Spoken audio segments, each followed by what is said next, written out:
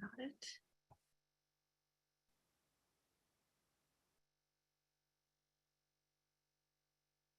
Hello, everyone. Welcome. Let's give it a minute as everyone populates the room and gets their audio connected. Welcome. Thanks for joining us. Okay. I think it looks like most people are connected and we're ready to get started. I want to say good afternoon to you all. We are so glad that you could join us for this final session on environmental racism. The format for today is going to be slightly different than our past three sessions. Today, we welcome three panelists to discuss environmental racism from various areas to provide insights from a national, legislative, and local perspective. After a discussion with our panelists, we will move into a question and answer session similar to what you have experienced if you've been in our prior sessions with us. Following that, we'll have a presentation on advocacy options from Sister Louise from FAN. Before we begin, I'm going to invite Janine to come on and share some logistical technical details for our time together. Janine? Thanks, Sarah, so much. We are expecting a very large crowd today. Thank you all for being here with us. My name is Janine Walsh. I'm Communications Coordinator for Franciscan Action Network. Because of our large crowd, we are going to keep the entire time the participants muted. We do invite you to enter your questions into the chat box at the bottom of your screen. Those chats will come just to our host, and I will go ahead and keep track of all of them and collate questions and moderate the Q&A later on. And so we invite you to sit back and relax and join us in this time. Thank you, Janine. So again, welcome. My name is Sarah Marks. I am the Executive Director of the Franciscan Federation. I was appointed to that role in July of this year, so I'm very excited to be with you all and partnering with FAN on this very important topic. So before I introduce our speakers, I would like to invite Natalie Wasik to open us in prayer. Natalie is a former Franciscan volunteer with the Sisters of St. Francis of Philadelphia, where she interned with Sister Nora Nash, one of our speakers today, she is currently the Shareholder Advocacy Manager for Seventh Generation Interfaith Coalition for Responsible Investment. So thank you for being here with us today, Natalie. Thanks so much, Sarah. I wanted to start with words of author and writer and liturgist Cole Arthur Riley. She's also the creator of Black Liturgies, and this is from her book, her new book, This Here Flesh, specifically on the chapter on justice. And she writes, in Genesis, when God gives Eve and Adam authority over creation, it is not permission to do whatever they want. It's an honoring. It's permission to be the mouth and the hands of justice, protectors of every created thing. Over time, we've taken this role to look more like domination than cultivation. Instead of resting the land, we overharvest it. We exhaust it. Instead of marveling at the tree, we make plans for its utility. We are a people much more concerned with ruling than loving. This is a mistake that positions us in places where we are no longer close enough to another person or thing to perceive its pain or need. To be human in an aching world is to know our dignity and become people who safeguard the dignity of everything around us. To protect everything may seem like too great a call, but we will not survive without it. Everything should be called by its name. So let justice roll down and twist and juke like a movement. Let it march into your bones, into seas of charred cane. Wash the earth in justice and watch what rises to the surface. Curses can't breathe underwater.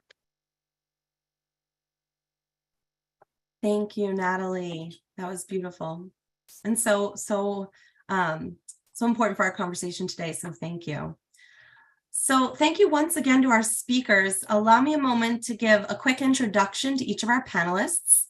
We have with us today Reverend Lennox Yearwood Jr., who is the president and CEO of Hip Hop Caucus, a minister, community activist, U.S. Air Force veteran, and one of the most influential people in hip hop political life. Welcome. We also have Mr. Clarence Edwards, who is the Director of Sustainable Energy and Environment for Friends Committee for National Legislation, former global development lobbyist and foreign affairs analyst. Thank you for being with us today. And finally, Sister Nora Nash, who is a sister of St. Francis of Philadelphia, former director of the Office of Corporate Social Responsibility with her congregation, a member of the Interfaith Center on Corporate Responsibility, and is recognized internationally for her shareholder advocacy work. Welcome to each of you. So I'd like to begin with you, Reverend Yearwood. As you know, for the past 3 months, we have been viewing and discussing the documentary Big Oil's Last Lifeline. You're the president and CEO of Hip Hop Caucus, who produced this docuseries. Can you share the background on how your team decided to bring this to life, and a bit on how you mobilize young people in these efforts? Yeah, thank you so much. And it's really an honor to be here. And thank you for sharing Big Oil's Last Lifeline. We at the Hip Hop Caucus really believe in the power of storytelling and narrative organizing. And so that right there, that story particularly is the story about petrochemicals in our community, was one that we need to have a discussion. I think I'll start there. I think that one of the things for folks who may or may not have seen it, that petrochemicals is oil and gas. And for so long in our climate and environmental justice and climate justice movement, we have been literally kind of chasing the dog, so to speak, in regards to transitioning from fossil fuels to clean energy. And in that respect, we've seen particularly the impact on low-income, marginalized, vulnerable people of color communities, more commonly known as sacrifice zones. And so in this, we've seen that the fossil fuel industry will put their toxins, their waste, literally in communities that are vulnerable, particularly Black, Brown, Indigenous communities of color. And so with that, we decided to use our storytelling ability at the Hip Hop Caucus to create this docu-series on petrochemicals. And in particular, looking at how we can stop the expansion of the proposed 120 petrochemical facilities. You should know that there are literally hundreds of petrochemical facilities right now, and they are throughout regions such as the Ohio River Valley, West Virginia, Ohio, Pennsylvania, including Texas and my home state of Louisiana, and in particular our community in Louisiana called Cancer Alley. And they have these facilities of petrochemicals, of gas and oil, literally using it for single-use plastic or fertilizer or cosmetics. And so in that aspect, they are putting their economics before our environment, and in many cases, causing our communities to die.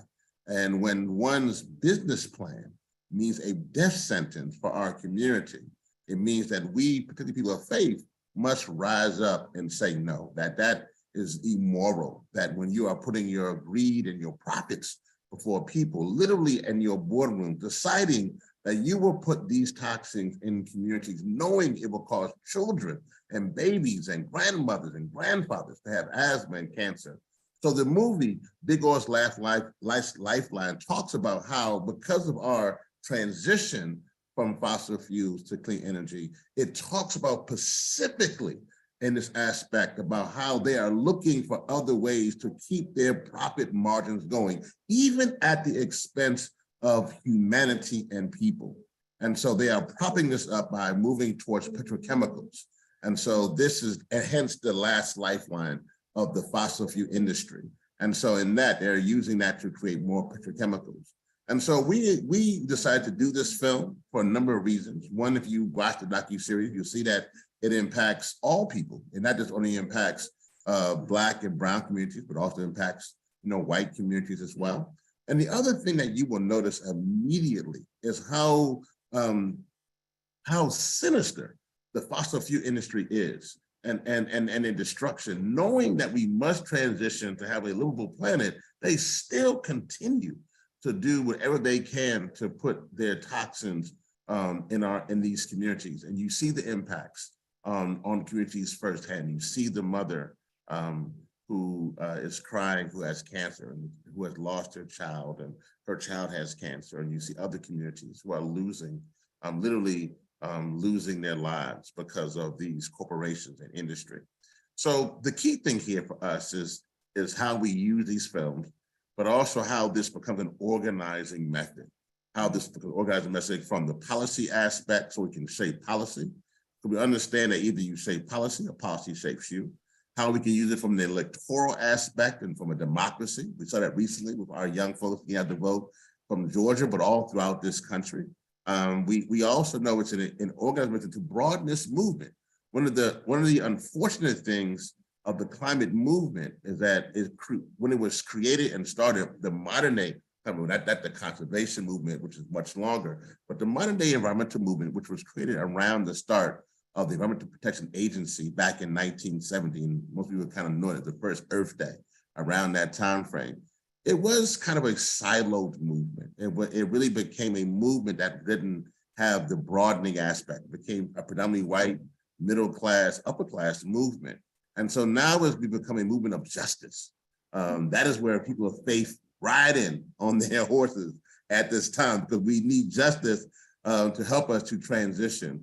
And so in that aspect, we need a movement that is Black, brown, red, male, female, straight, and gay, humanity coming together fighting for justice. And so using these films, using this kind of storytelling, using these kind of documentaries, help us to broaden this movement. So it isn't just folks from, I love Vermont, but I'm just saying, not just from Vermont and California, but throughout this entire country and also this entire world.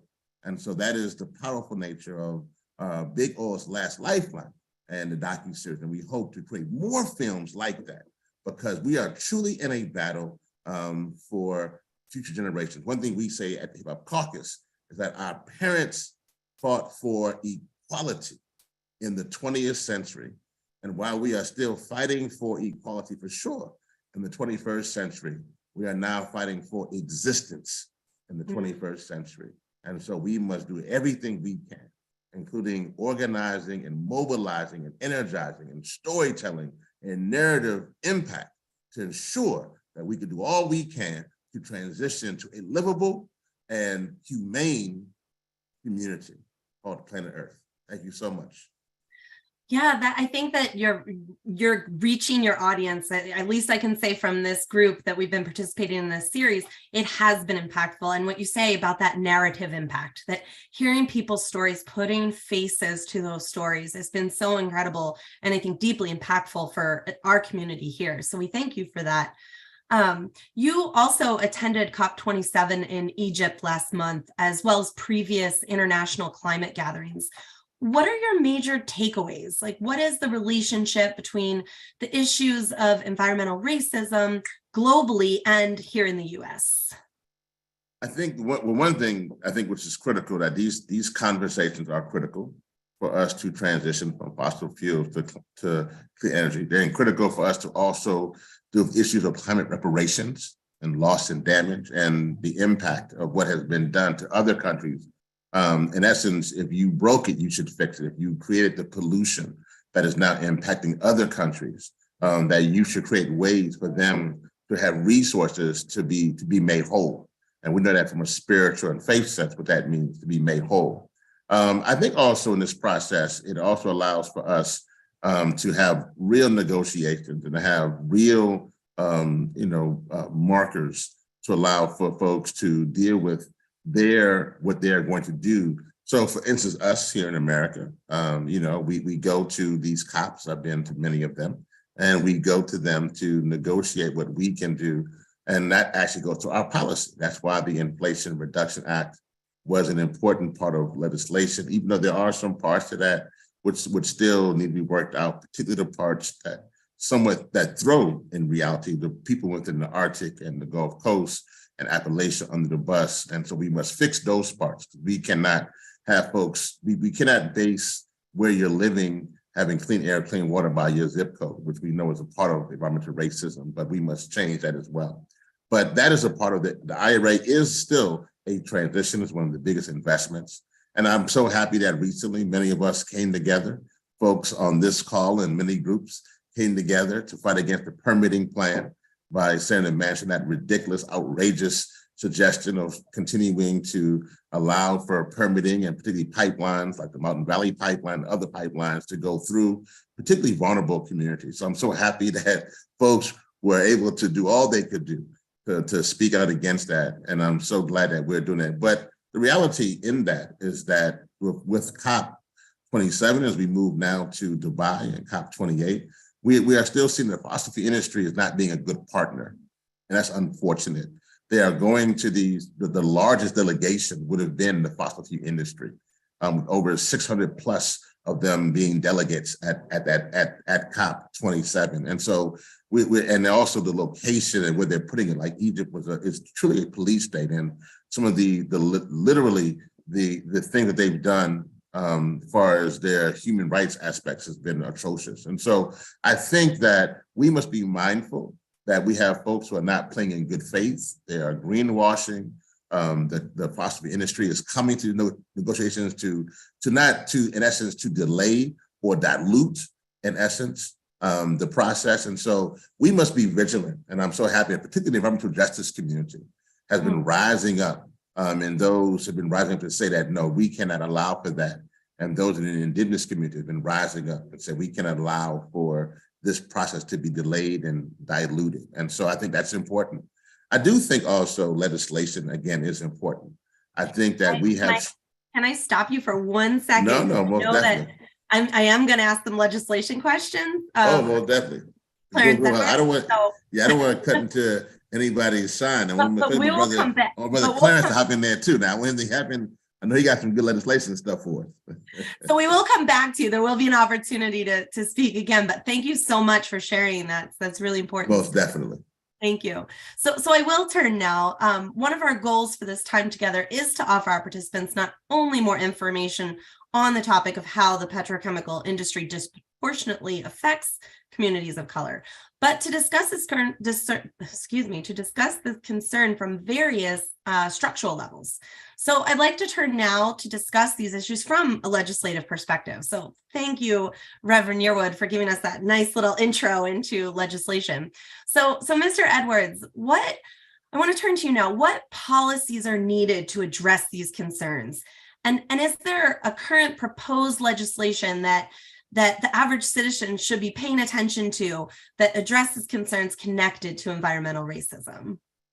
Well, thank you, Sarah. And it's really good to join this really amazing group of people tonight who've been working on this issue. You ask about legislation. And yes, there is legislation that can help address this issue. Right now, the Friends Committee on National Legislation is behind, as it has been for the past 18 months to 2 years, behind a bill by Chairman of the House Natural Resources Committee, Raul Grijalva, and the recently passed Representative Donald McCutcheon, called the Environmental Justice for All Act. And that bill would amend and strengthen Title IV of the Civil Rights Act of 1964 to prohibit discrimination based on disparate impacts of pollution.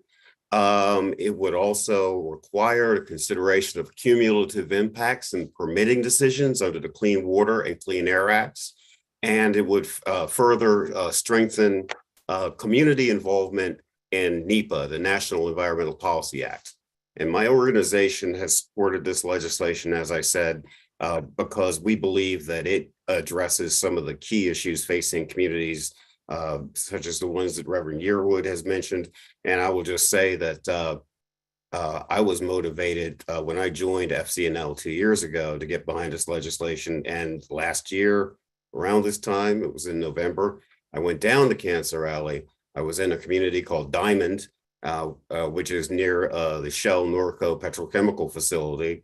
And I will admit that I did not know a lot about environmental justice coming into this position, but I learned about it and I went down there. And I have to tell you that Sitting in a van, going to Diamond Community, I looked out the window and our host from the Deep South Center for Environmental Justice said to me, "You're lucky because they usually don't flare gas during the daytime." And I looked out the window and there was probably about 100, 200 foot tall methane flare shooting off in the middle of the day. And I was on the phone with some FCNL colleagues and our community. And I said, this is what we are looking at. This is what we're trying to address. Nobody's community should have to deal with literally across the street from homes, gas flares. It helped me to understand what the meaning of a fence line, frontline community is. So that's why we support the Environmental Justice for All Act. I will also go back and say that the Inflation Reduction Act, I know that it didn't have a lot of support, strong support from the environmental justice community, and there are some challenges with it, but there's also $60 billion in funding for grants and initiatives for communities to begin to address air monitoring, to strengthen the civil society that can help push back against this issue. And so that's why my organization supported the IRA.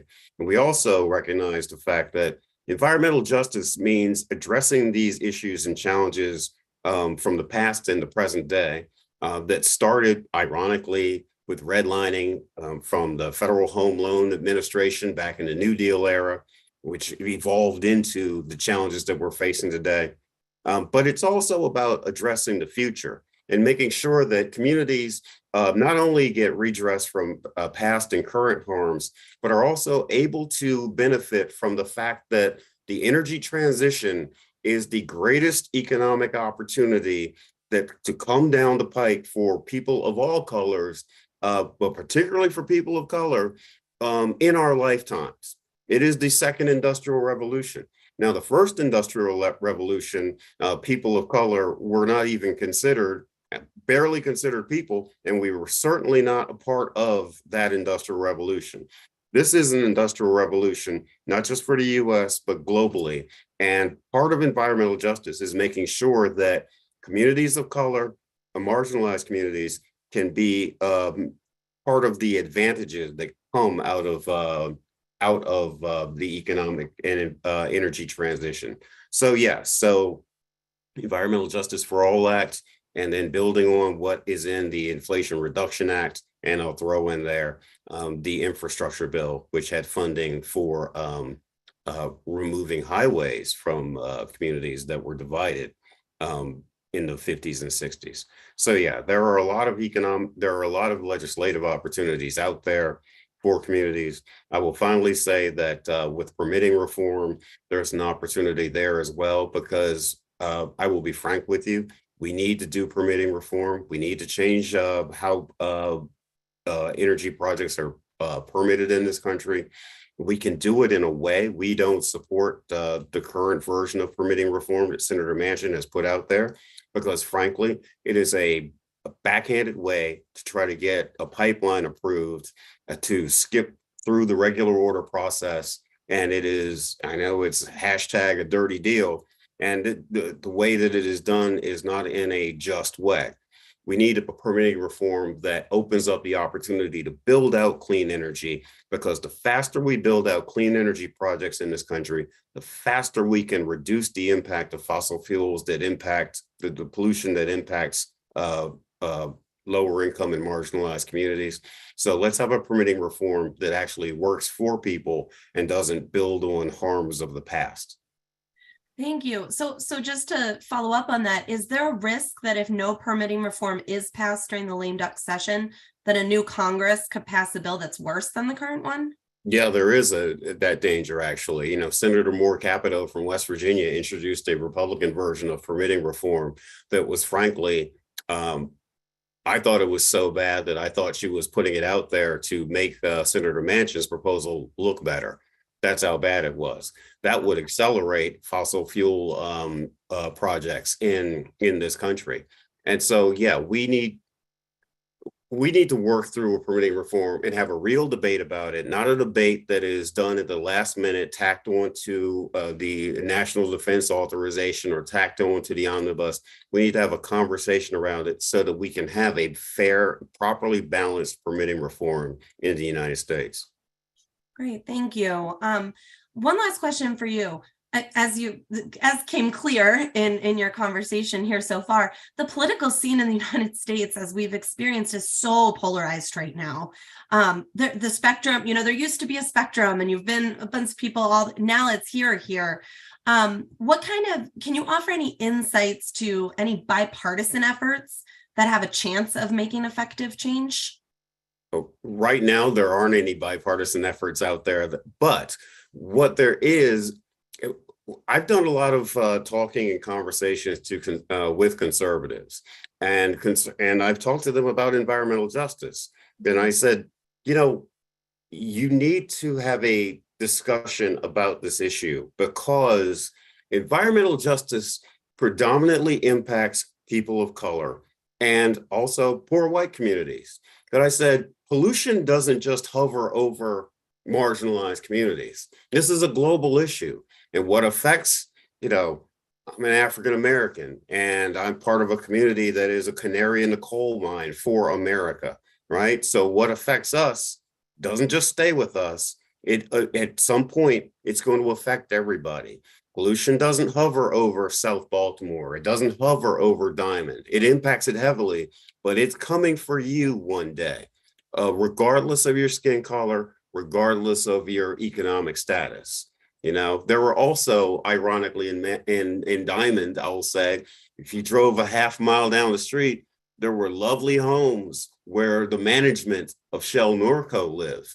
And I said to someone, I said, it's interesting. Do they not think that the pollution that happens 400 yards down the street impacts them? Because it does. It produces the cancers, it produces the leukemias and so forth.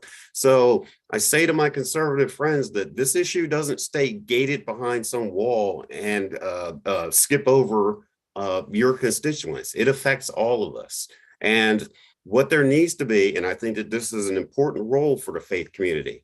The faith community has the ability and the status and the power, frankly, to speak frankly and directly to everyone from every political persuasion, because it's not about politics at the end of the day. It's how we treat our fellow human beings, and it's about how we treat the planet.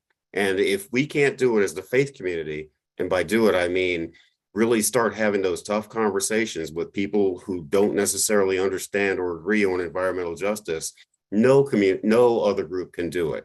So we need to carry that message. And no, there isn't a bipartisan conversation right now.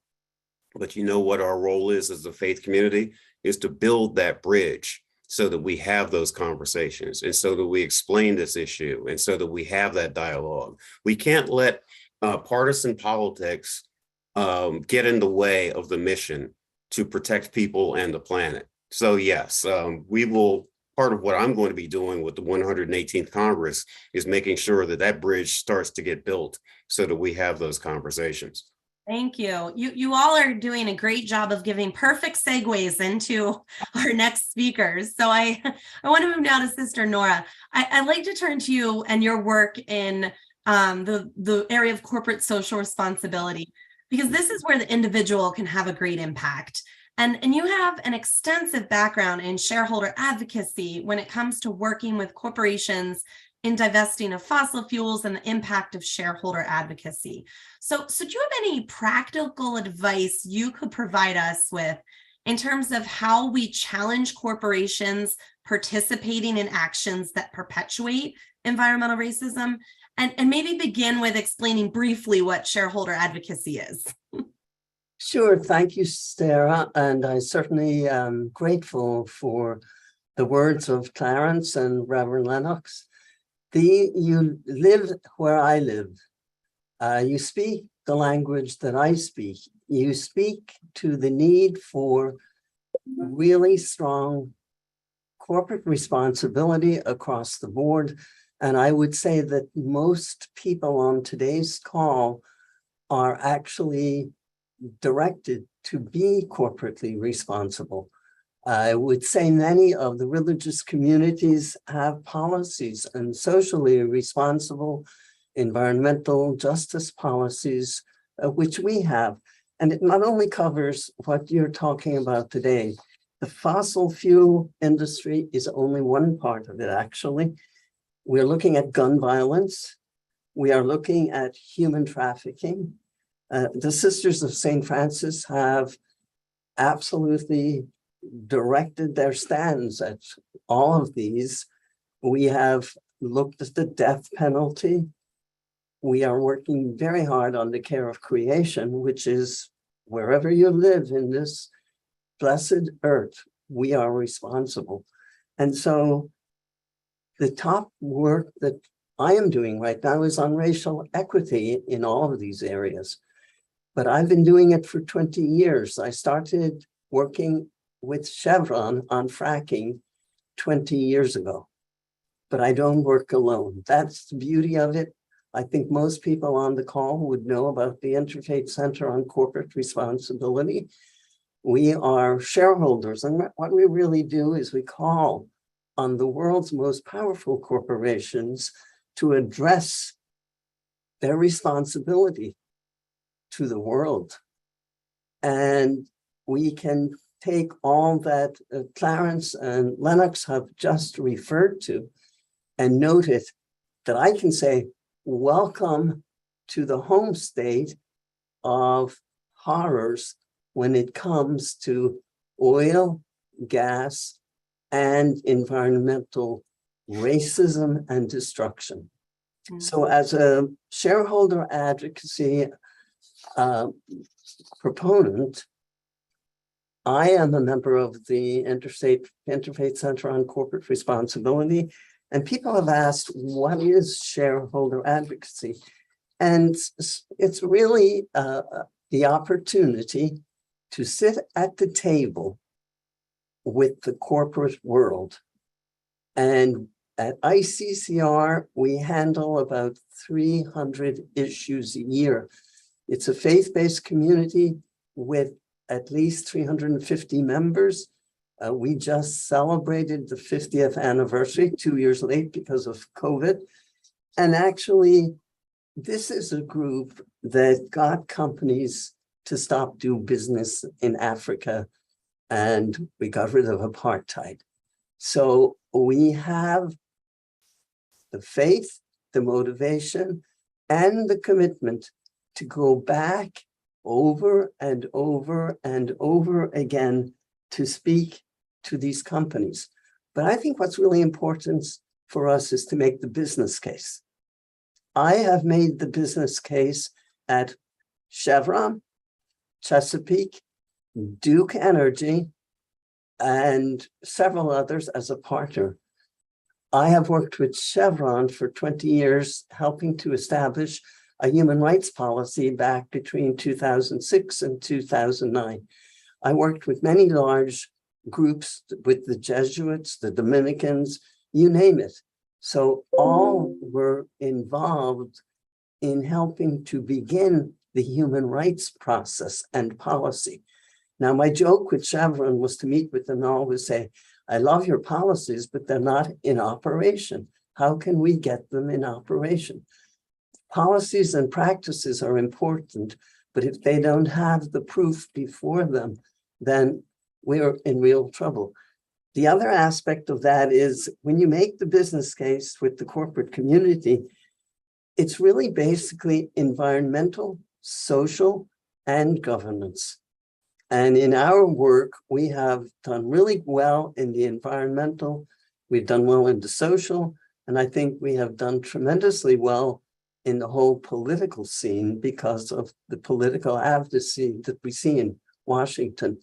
That area is so damaging to environment, and the fact that the corporations have probably each one 20 or 30 lobbyists, and you speak to Southern Company, ask them how many lobbyists they have in Washington, they will tell you at least 12. So that means some good and some bad. But here in Pennsylvania, we've been left in the dark because our legislative body has not really responded to our human rights policy, which is that we really have the right to clean air, clean water, and all the resources. That's our Pennsylvania Constitution. And from Pittsburgh to Philadelphia, that does not happen. I'm And so glad. Oh, go ahead. So in the shareholder field, our latest resolution is with several companies, but mine in particular has been with Chevron. And it is for a racial equity audit. And we requested that audit. I spoke at the annual general meeting in June. And to show how we are moving the needle, we got 62% of the vote. That's millions of votes. Now that resolution just went back to Chevron yesterday. So that gives power to the shareholders and to the environmental community. In June of last year, we had at least 10 environmental justice organizations, from concerned scientists to the Amazon Watch, on a major call. And that really helped to push the resolution. We spoke to many local environmental groups, and they supported the resolution, and we also protested. So all of those pieces help us to look at the oil and gas industry. And certainly we do a lot of work with the Investor Environmental Health Network that does tremendous work speaking again on the serious problems with chemicals. Thank you. I'm glad you went around and mentioned Pennsylvania, because when you first said, welcome to the home state of horrors, I think everyone was like, wait, what state is that? So Pennsylvania, just to point that out for everyone. So Nora, you've also been involved extensively, and we only have a couple more minutes. So if you could do this somewhat quickly, but if you've been extensively involved with the advocacy work concerning the incinerator in Chester, Pennsylvania.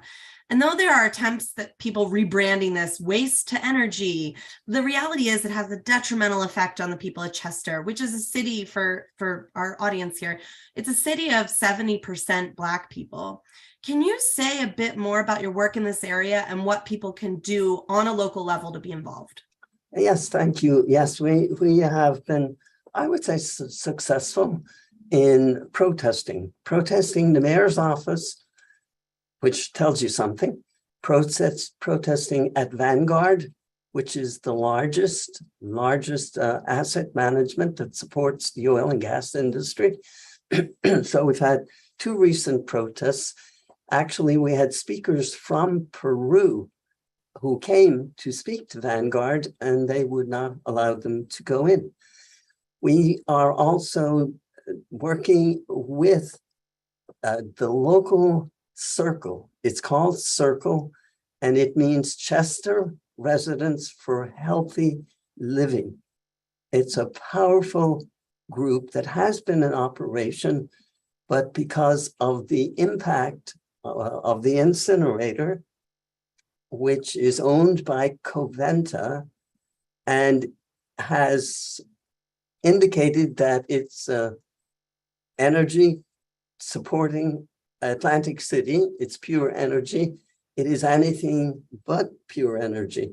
If you were in Chester on a hot summer day, you would know it from the smells, from the railroads, from the gas trucks that bring waste to the incinerator. 10 blocks away, you can smell it. And as I think it was Clarence who indicated the local, the good thing about this Circle program is many of the participants are from local counties. So they are supporting the fight of the local community to really get rid of the incinerator. The soccer stadium is next door. It sends all its waste to the incinerator. New York sends waste to the incinerator. Pennsylvania sends waste. And Maryland, also from Ocean City, the fun city in Maryland, the waste comes to the Chester incinerator. So we've protested in Ocean City, Maryland, and we continue to ban the burn. That's our slogan, ban the burn. And Thank you. our march, 2 marches for ban the burn were quite effective, because what it really did was sort of wake up the local neighborhood who have become more used to the situation or moved out. Thank you. Thank you for sharing a little bit more on that. I thank all 3 of you. I am going to turn it over at this point to Janine, who's going to lead us with the question and answer session. So Janine, take it away. Thanks so much, Sarah. Yeah, we've had quite a number of questions come in for all 3 of you, so we'll try and get to as many of these as possible. Clarence, what the first question we have for you, what are the prospects for the Environmental Justice for All Act in the Republican-led House of Representatives that we're going into? And talk to us a little bit about constituent visits on the Hill and how successful those might be in helping pass legislation. Well, I'll be frank with you. The prospects for the Environmental Justice for All Act would be a lot better in the in this lame duck session, as they call it, than in the Republican House. But having said that, if we're not successful, and we've been working closely with Chairman Grijalva's office and his team on strategy around how to move the Environmental Justice for All Act forward. If we're not successful in that, it will get reintroduced next year. And from a tactical perspective and a strategic perspective, look, the Republicans will have a narrow majority. They'll need to work with Democrats in a lot of areas, and so we see it as an opportunity to build some unique coalitions and maybe find ways to navigate that. So it would be a tougher battle. It would be more uphill, but justice takes a long time, obviously. And a lot of people don't have a long time if you're in some of these communities, but we wouldn't give up the effort. And so we'll look forward to getting it done. And I'm not focused on the 118th Congress yet, because there's still work to be done on the 117th. Gotcha. And we're not done until we're done. But we'll look at how we can move forward next year when next year arrives. And the second part of that is in terms of our advocacy was the question on the Hill. A couple of weeks ago, FCNL had its annual meeting and its Quaker Public Policy Institute. And we had 100 plus Quakers from around the country visit Washington, D.C. And then we had another 300 and so online. And we spent a day training and informing our Quaker constituents on the Environmental Justice for All Act. We heard from the House Natural Resources Committee staff, and we heard from the head of Black Millennials for Flint, and really did a deep dive on why this issue is important and how, I often emphasize the fact that FCNL, we're not an environmental justice organization. But what we are trying to do, what we seek to do, is to be really strong allies to the environmental justice community and move to help that community move this issue forward.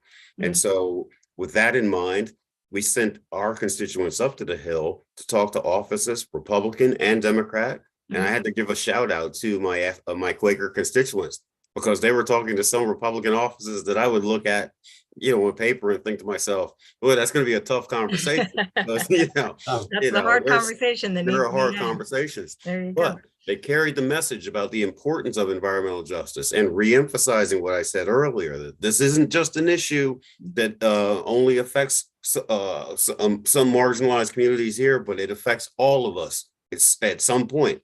And so I'm really proud of the work that my FCNL constituents did on the issue, and we'll keep pushing to make sure that this issue stays front and center with offices up on Capitol Hill. Excellent. Thank you so much, Clarence, for that. I agree with you. It's very similar to the way Franciscan Action Network works. Reverend Yearwood, we know that Hip Hop Caucus, your organization, is big on mobilizing young people for climate action. Tell us about the role that the young people have in the environmental justice movement going forward. Yeah, no, most definitely. Before I get to that, I just want to just piggyback on something that Sister Sure. Nora had mentioned earlier. I think there's one group I'm on the advisory board for. It's called As You Sow. Yes. And you can check them out at asyousow.org. And they are working on empowering shareholders to change corporations for good. So I just wanted to make sure and lift them up. There's a lot of this good work that Sister Nora was talking about. You can also They go work there. with us. Yes. Awesome. That's Excellent. awesome. The other thing I think is important of this call is that I wear, and my dear sister Michelle Dunn will know this.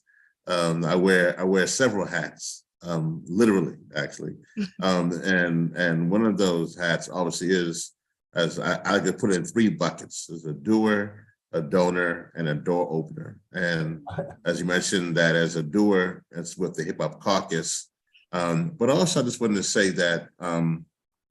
The other two is, one is in regards to being a door opener. And I actually host the podcast, The Coolest Show, which is now, they said, one of the top EJ podcasters out there. That's what they say to me. And it's won a few awards, but I want to bring that up to what my brother Clarence was saying, that one of our guests we've had on that show was Congressman McEachin. And I do think that the Justice for All Act is an important thing. And we may not get that bill across in whole because of either the next Congress or even the lame duck session. But I think there are pieces of that legislation that we should be looking at. So I just want to let people know that you can now break up legislation and put it into certain pieces, to like either that or the break free from plastics legislation, other legislation that are important to us. But let me say this about the donor. I think one of the things there, for the past 8 to 10 years, I really saw the need to be in the donating and community. And I am now the senior advisor for Bloomberg Philanthropies. And my current portfolio is around environmental justice and petrochemicals, and literally about giving out $85 million over the next 2 years is my task before me. And I think that one of the things there in that process, I bring that up because one of the things that we saw was that when the New School did a study on the 12 largest environmental foundations, they gave out $1.3 billion between those 12 foundations annually. But we noticed that when we did the numbers, only 1.3% of that went to environmental justice and BIPOC-led organizations.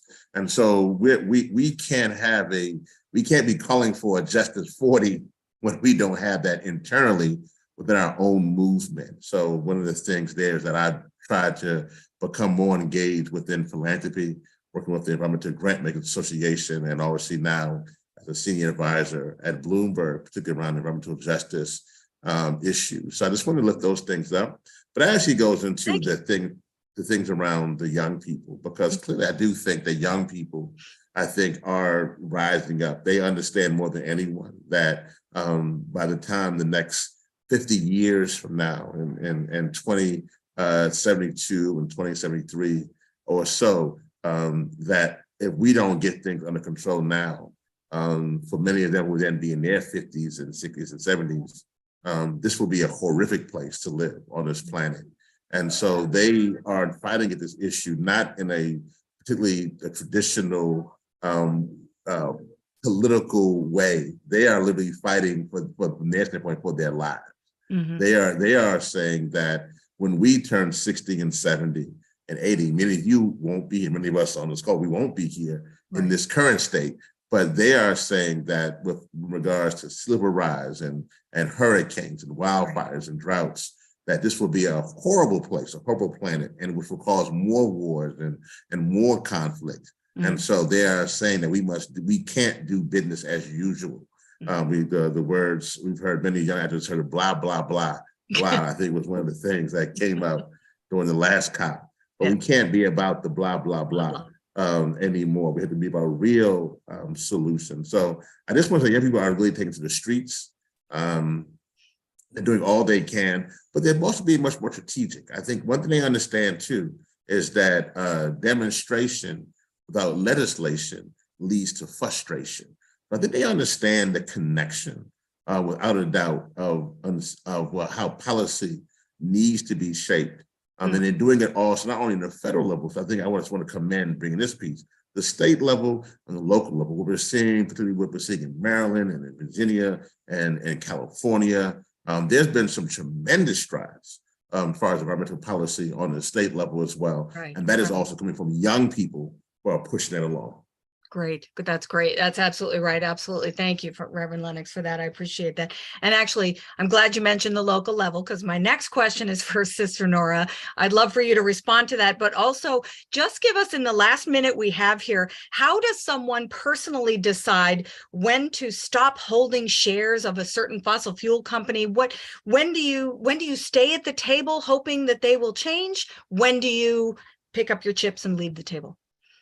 You try not to. We haven't done it. We have stayed at the table with Chevron in particular, because they're the most egregious and continue to be egregious after what they've done in other countries besides California. We have had tremendous communication with the local people at Richmond Refinery, and we also stay with Wells Fargo. We have had 20 years of frustration, but great action, because they too have done tremendous damage to the Black community through redlining and are still doing it. So the work with Wells Fargo on human rights and a human rights impact assessment, which they totally ruined because they didn't tell the truth. So you keep working and you demand truth, and you get little bits of it along the way. My biggest challenge here is that we need to take power over the financial institutions. Actually, they are probably the worst because they support the oil and gas industry. And that's been a really strong motivation to keep going after all 6 major financial institutions in this country, support the gas industry with projects. And we are very, very disappointed that not much is being done to challenge that. And they controlled COP27 in many ways. Right. And I believe BankTrack, which has really worked hard on that, has indicated that we need to capture the financial assets in some way in order to get climate change and get racial justice in all these local areas where chemical plants and oil and gas industry is prevalent. Continue to build. Yeah. Thank you all so much. I wish we had more time. I feel like we could spend a whole nother hour talking on this, but I appreciate all 3 of you. I am so sorry that we didn't get to all of our questions that came through, but I really appreciate everyone's discussion.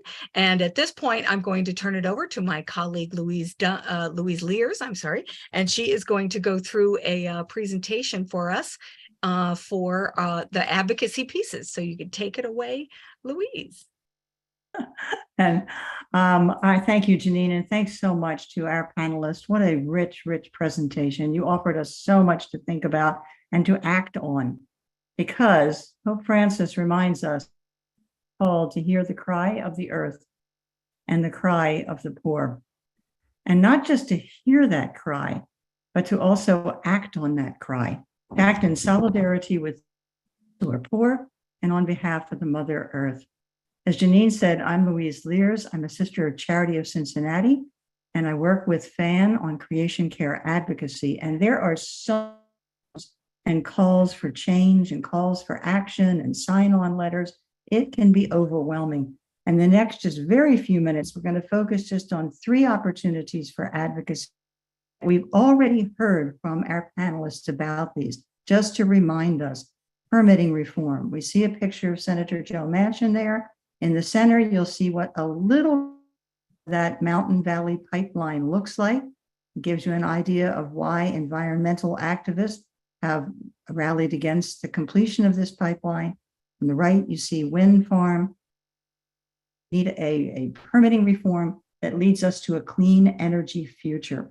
So we want the number of faith communities have come together to reject Senator Manchin's permit and to support permitting reform, especially that recognizes the voice of the community.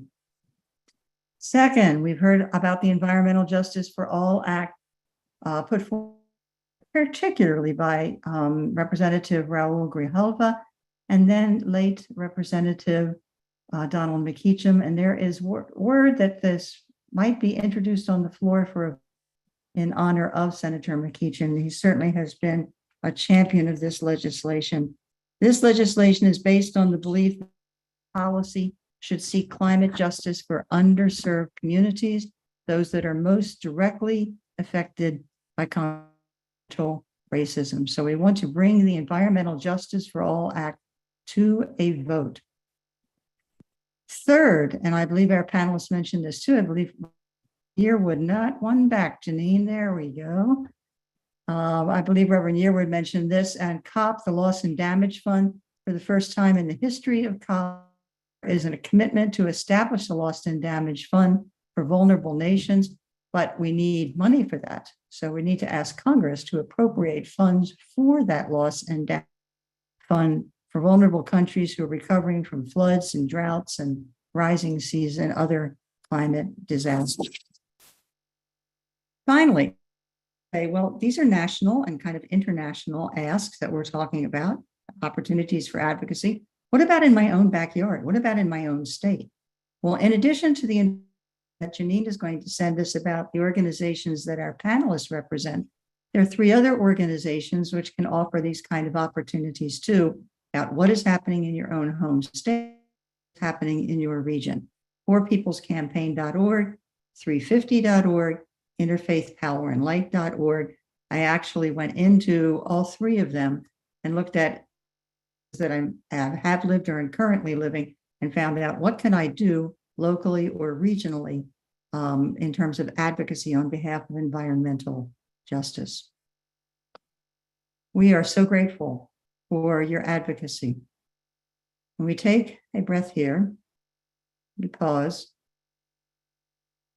and consider all that we've heard,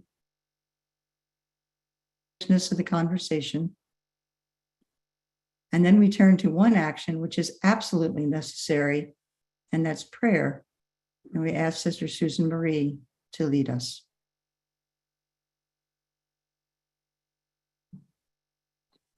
Over the past 3 months, we have met and heard the grace-filled stories of powerful and persistent activists from communities in Houston, Louisiana, and West Virginia, including this afternoon inspiring testimonies offered by Reverend Yearwood, Sister Nora, and Mr. Edwards.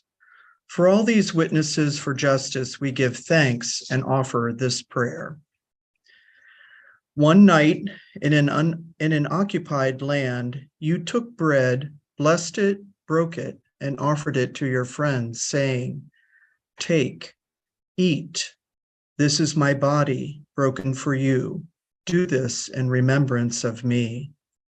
We do this in remembrance of you and in solidarity with all whose bodies are taken, broken, used, and exploited. In penitence for the ways in which those bodies are broken for us, for our complicity in receiving the goods they are broken to produce.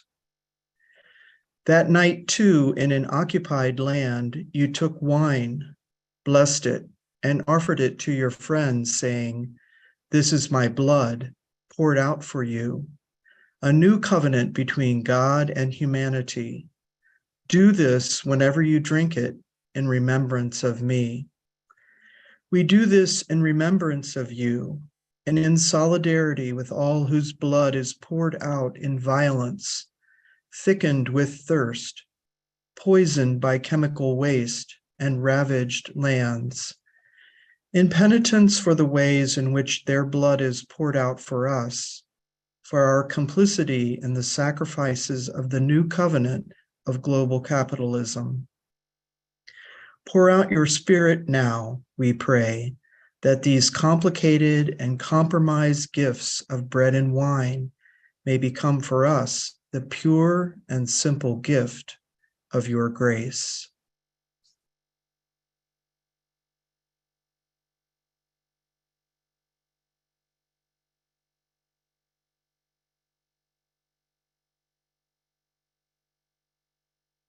All-powerful God, you are present in the whole universe and in the smallest of your creatures.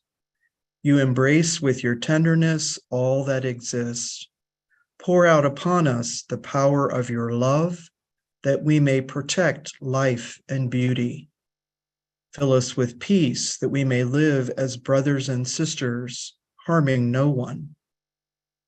O God of the poor, help us to rescue the abandoned and forgotten of this earth, so precious in your eyes. Bring healing to our lives, that we may protect the world and not prey on it, that we may sow beauty, not pollution and destruction. Touch the hearts of those who look only for gain at the expense of the poor and the earth. Teach us to discover the worth of each being, to be filled with awe and contemplation, to recognize that we are profoundly united with every creature as we journey towards your infinite light. We thank you for being with us each day. Encourage us, we pray, in our struggle for justice, love, and peace. Amen.